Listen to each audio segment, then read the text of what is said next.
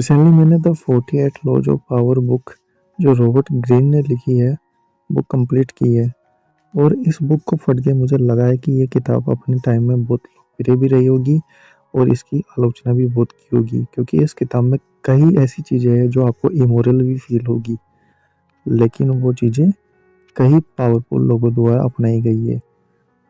दोस्तों, बेशक चाहे आप इन नियमों का खुद इस्तेमाल ना करें, लेकिन इन्हें पढ़कर आपको ये ज़रूर पता लग जाएगा कि कहीं कोई आपके ऊपर तो इन्हें नहीं आजमा रहा, और अगर ऐसा है तो आप आसानी से उसकी गेम को पलट सकते हो। तो आइए जानते हैं कि the 48 laws of power book के वो 48 नियम कौन कौन से हैं। द फर्स्ट लॉ, ग्रीन कहते हैं कि नेवर आउटशाइन द मास्टर, यानी कि अपने बॉस को लगने दे कि वो ज़्यादा महान है। दोस्तों, अगर आपका बॉस आपसे कम स्मार्ट और इंटेलिजेंट भी है तो इस बात का एहसास उसे ना होने दे। अगर आपके बॉस को लगा कि आप उससे ज़्यादा स्मार्ट बन रहे हैं तो वो आपको गिराने में लग जाएगा, क्योंकि या तो उसे इनसिक्योरिटी फील होगी या उसका ईगो हर्ट हो सकता है, क्योंकि उसके पास अथॉरिटी है और वो आपको काम में रुकावटें भी डाल सकता है। तो आपको ज़्यादा स्मार्ट होने से बचना होगा और बॉस को ये दिखावा दिखाना पड़ेगा कि आपका बॉस ज़्यादा स्मार्ट है। इससे बॉस आपके ऊपर खुश भी हो सकता है और आपको फ्यूचर में जाके फ़ायदा भी मिले।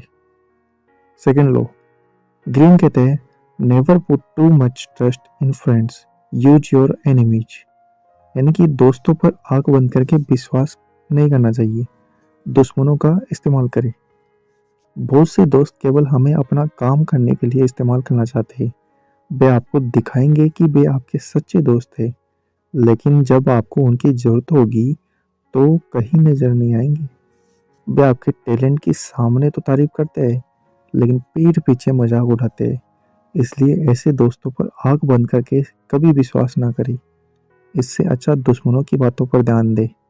अगर कोई दुश्मन कह रहा है कि आपकी एक्टिंग अच्छी नहीं है तो इसका मतलब वो ठीक भी कह सकता है और आपको अपनी स्किल में सुधार करना चाहिए। दोस्त तो आपकी खराब एक्टिंग को भी किसी हीरो से कम नहीं बताएंगे। ऐसे दोस्तों से झूठी तारीफ सुनकर ही बहुत से टीनेजर चने के झाड़ पर चढ़ जाते हैं और झोला उठाकर सीधे पहुंच जाते हैं मुंबई। फिर सारी जिंदगी सड़कों की धूल फाकते रहते हैं। इससे अच्छा पहले उन्हें ट्रेनिंग लेनी चाहिए। तीसरा लो, कंसील योर इंटेंशंस, अपने इरादे किसी को ना बताए। आप क्या करने जा रहे हैं और इसके बारे में किसी को कुछ भी नहीं पता लगना चाहिए। जैसे अगर कोई बिजनेस लगाने जा रहे हो तो पहले ही शोर ना बचाए। कुछ लोग अभी बिजनेस की ईट भी नहीं आ रही होगी कि अपने प्लान्स को लेकर डोल बजाने लगते हैं। फिर जब कुछ नहीं होता तो सारे लोग पीठ पीछे उनका मजाक उड़ाते हैं। इसलिए जो भी करना है चुपचाप करते जाओ। Fourth law, always say less than necessary, यानी कि जितनी जरूरत हो उससे भी कम बोलो। कभी कभी लोग आवेश में जोर से ज़्यादा बोल देते हैं और बाद में पछताना पड़ता है, क्योंकि बोले हुए शब्द वापस तो नहीं आ सकते। दूसरा, ज़्यादा बकबक करने वाले आदमी को सब बेवकूफ़ मानने लगते हैं। कम बोलने वाले को लोग गंभीर मानते हैं और उसकी बात भी ध्यान से सुनते हैं। इसलिए हमेशा कम बोलना चाहिए। Fifth low, protest your reputation at all costs, अपनी इज्जत हमेशा बचा के रखे। एक छोटी सी गलती आपकी जिंदगी भर की कमाई हुई इज्जत को मिट्टी में मिला सकती है। फिर आप किसी काम के नहीं रहते। दोस्तों, आपने बॉलीवुड फिल्मों में देखा होगा कि किस तरह कुछ बड़ी सेलिब्रिटी पर हैरेसमेंट के आरोप लगते हैं और उसके बाद भी सारे लोग उनको बायकॉट कर देते हैं। कितने लोगों को तो जेल जाना पड़ता है, उनका सारा करियर चौपट हो जाता है। इसलिए कोई भी ऐसा काम ना करे जिससे समाज आपकी निंदा करने लगे और आपको बॉयकॉट कर दे। Sixth law, court attention at all cost, सबका ध्यान अपनी ओर आकर्षित करके रखे। हमेशा कुछ अलग करे, इससे आप लोगों के बीच चर्चा का विषय बने रहेंगे।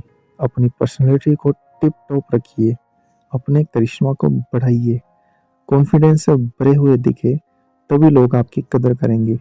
अगर आप भीड़ का हिस्सा बने रहेंगे तो सब आपको कमजोर समझने लगेंगे। 7th law, get others do the work for you but take the credit. काम दूसरों से करवाए लेकिन क्रेडिट खुद ले।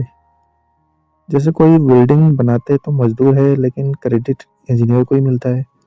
बच्चों को पढ़ाता तो टीचर है लेकिन जब रिजल्ट अच्छा आता है तो क्रेडिट मिलता है प्रिंसिपल को।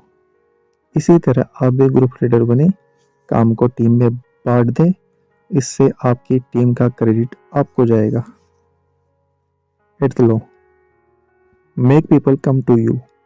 ऐसा करो कि लोग आपके पास आने के लिए मजबूर हो जाए। यानी कि आपको अपनी पर्सनैलिटी को ऐसा बनाना होगा कि लोग हर मुसीबत में आपके पास आए। अपने डिसीजन लेने की एबिलिटी इतनी पैदा कर दीजिए आप, बिना डरे एक्शन लीजिए, दूसरों के हक के लिए लड़िए जैसे अच्छे नेता करते हैं। डर से लोग आपको पावरफुल इंसान समझने लगेंगे और मुसीबत के वक्त आपको याद भी करेंगे। 9th law, win through actions never through argument. दूसरों को बहस से नहीं, अपने काम से जीते। अगर कुछ लोग आपसे बहस करते हैं तो आप बहस मत कीजिए, इससे आपकी एनर्जी और टाइम फालतू में वेस्ट होगा। इससे अच्छा है आप उस काम को करके दिखाएं। बहस करने वाले अपने आप ही चुप हो जाएंगे। जैसे अगर आप खिलाड़ी है और सब आपको निकम्मा कहते हैं तो आप कोई गेम जीत के दिखा दे, आपको क्रिटिसाइज करने वालों के होश उड़ जाएंगे। ऐसा हर सेक्टर में कर सकते हैं आप। 10th law, don't get infected by मिsery एंड मिसफॉर्चून। उदास और हताश लोगों के साथ उठने बैठने से बचे। कुछ लोग हमेशा नेगेटिव बातें करते हैं, जरा सी प्रॉब्लम आती है और रोने लग जाते हैं। आप ऐसे नेगेटिव लोगों से दूर रहे, ये आपको डिमोटिवेट कर देंगे। खुश रहने वाले और जोश से भरे लोगों के साथ उठे बैठे वे आपको भी जोश से भर देंगे और आप दुगना अचीव कर पाएंगे। 11th law, learn to keep people dependent on you. लोगों को अपने ऊपर निर्भर रखना सीखिए। ऑथोरिटी हासिल करने की कोशिश करें, इससे लोगों को बार बार आपकी जरूरत पड़ेगी। वे हर काम के लिए आपके ऊपर निर्भर रहेंगे, इसलिए ज्यादातर नेता सत्ता के लालची बन जाते हैं। 12th law, use selective honesty and generosity to disarm your victim. यानी कि जरूरत पड़ने पर झूठी ईमानदारी और सहायता का सहारा ले सकते हैं आप। दुश्मनों से निपटने के लिए आप इस रूल का सहारा ले सकते हैं, उन्हें झूठी सहायता का प्रलोभन दे, इससे वे चकमा खा जाएंगे और आपको तंग करना बंद कर देंगे। 13th law, get help by appealing to self interest never to their mercy. किसी से दया की भीख ना मांगे, उन्हीं के लिए सहायता मांगे। कभी भी किसी को ये ना लगने दे कि आप उनकी दया चाह रहे हैं। अगर सहायता मांगनी है तो यह बोले कि इससे उनका ही फायदा होगा। दया मांगेंगे तो आपको कमजोर नजर आएंगे, उनका फायदा दिखाओगे तो वो हेल्प के लिए रेडी भी हो जाएंगे। 14th लो,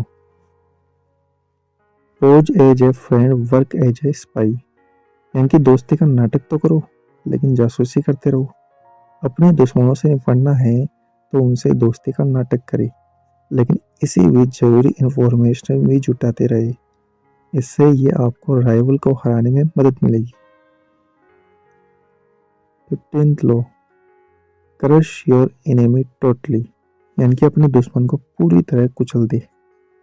अपने दुश्मन को कभी भी माफ करने की गलती ना करे, उसे पूरी तरह कुचल दे, क्योंकि बाद में वो और तंग करता रहता है।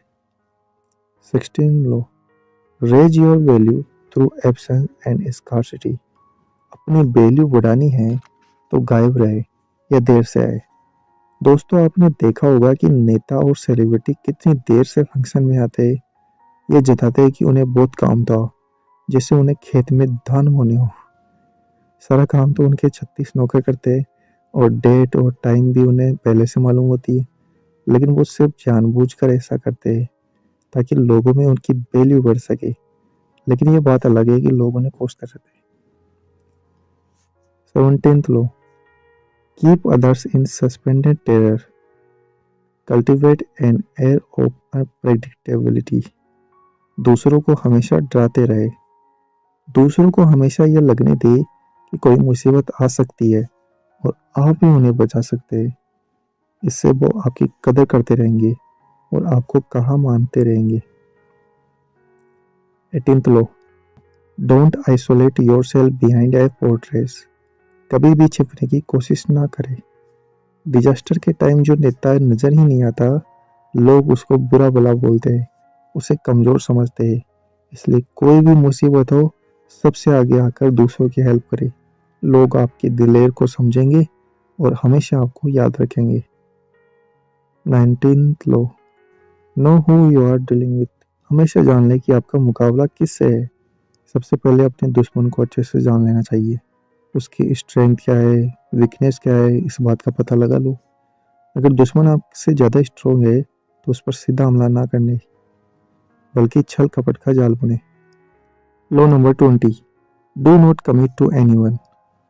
यानी कि किसी को भी वचन ना दे। ये जरूर बोले कि मैं आपकी सहायता करूंगा, लेकिन इसके लिए प्रॉमिस ना करे, क्योंकि स्थितियां कभी बदल सकती है। अगर आप उसकी सहायता न कर पाए तो कोई बहाना बना सकते हैं, लेकिन प्रॉमिस किया होगा तब आपकी रेपुटेशन खराब हो जाएगी और लोग आपको प्रॉमिस ना निभाने वाला बोलने लगेंगे। Law number 21, play a sucker to catch a sucker, seem dumber than your mark. यानी कि अपने प्रतिद्वंदी को खुद को होशियार समझने दे। अपने दुश्मन या राइवल को खुद को होशियार समझने दे। आप खुद को बेवकूफ़ भी दिखा सकते हो। इससे वो आपको खिलाफ कोई खास तैयारी नहीं करेगा और आप पूरी तरह तैयारी करें और मौका मिलते ही उसे हरा दे। Law number 22, use the surrender tactic. यानी कि आत्मसमर्पण का इस्तेमाल करें। अगर दुश्मन आपसे ज़्यादा ताकतवर है तो आत्मसमर्पण ट्रिक का इस्तेमाल करें। इससे वो आपका नुकसान नहीं करेगा और आपके साथ कोई संधि करेगा और शर्तें रखेगा, लेकिन तब तक आपको अपनी स्ट्रेटजी बनाने के लिए काफ़ी समय मिल जाएगा। आप उस समय अपना दाव चले।